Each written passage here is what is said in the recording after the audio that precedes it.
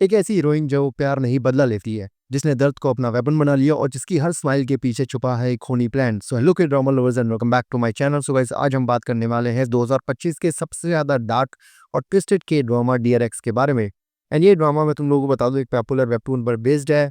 And episode 1 start होता है bake आजिन के बचपन से। एक ऐसा घर जहाँ प्यार नहीं, सिर्फ अब्यूज और डर था। एंड एक दिन आजिन अपनी आंखों से देखती है कि उसका बाप उसकी माँ को स्टेयर से धक्का दे देता है, और वहीं से स्टार्ट होती है एक ऐसी कहानी जहाँ इनोसेंस मर जाता है और एक नई आजिन पैदा होती है, कोल्ड, कैलकुलेटिंग और डेंजरस। एंड जिसके बाद वो हाई स्कूल में आती है और अपनी टीचर मिस कॉक को पब्लिकली इंसल्ट कर देती है, सिर्फ एक पुरानी इंसल्ट का बदला लेने के लिए।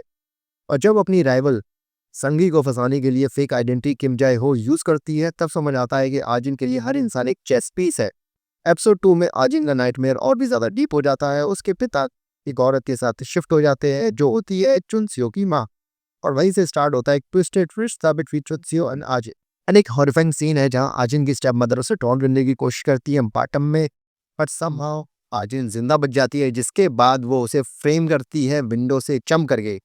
एंड इस ट्रॉमा ने दोनों को इमोशनली छोड़ दिया। जुनसियो उसे कभी भूल नहीं पाता और आजिन के लिए वो बस एक टूल बनकर रह जाता है।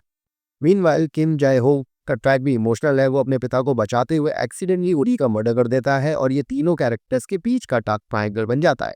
अब आजिन विक्टिम से विलेन बन चुकी है। कैफे में चॉप करते हुए उसकी मुलाकात होती है चोई जोंग हो से, एक एक्स बेसबॉल प्लेयर, जिसमें वो अपना नया टारगेट ढूंढती है।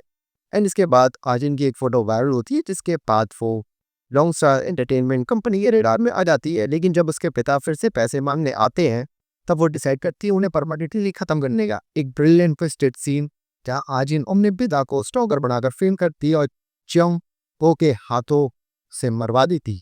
एन एपिसोड 4 में आजिन की स्टोरी मीडिया के लिए एक इनोसेंट गर्ल की ट्रेजेडी लगती है, लेकिन अंदर से वो सब कुछ कंट्रोल कर रही होती है। जुनसियो उसे बचाने के लिए उस मर्डर का इल्जाम अपने सर पे ले लेता है, और अपनी आजिन उसके लिए ये सिर्फ एक और स्टेप है स्टारडम के रास्ते पे।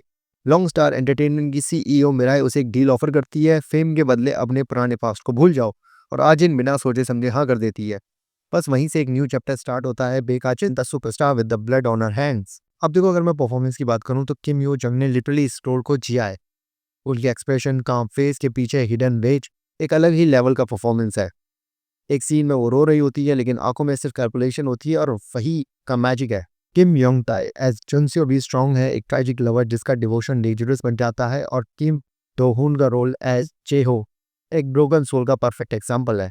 डीआरएक्स की कैरेक्टर्स परफेक्ट नहीं है, और इसी इम्परफेक्शन से ये ड्रामा अलग लगता है।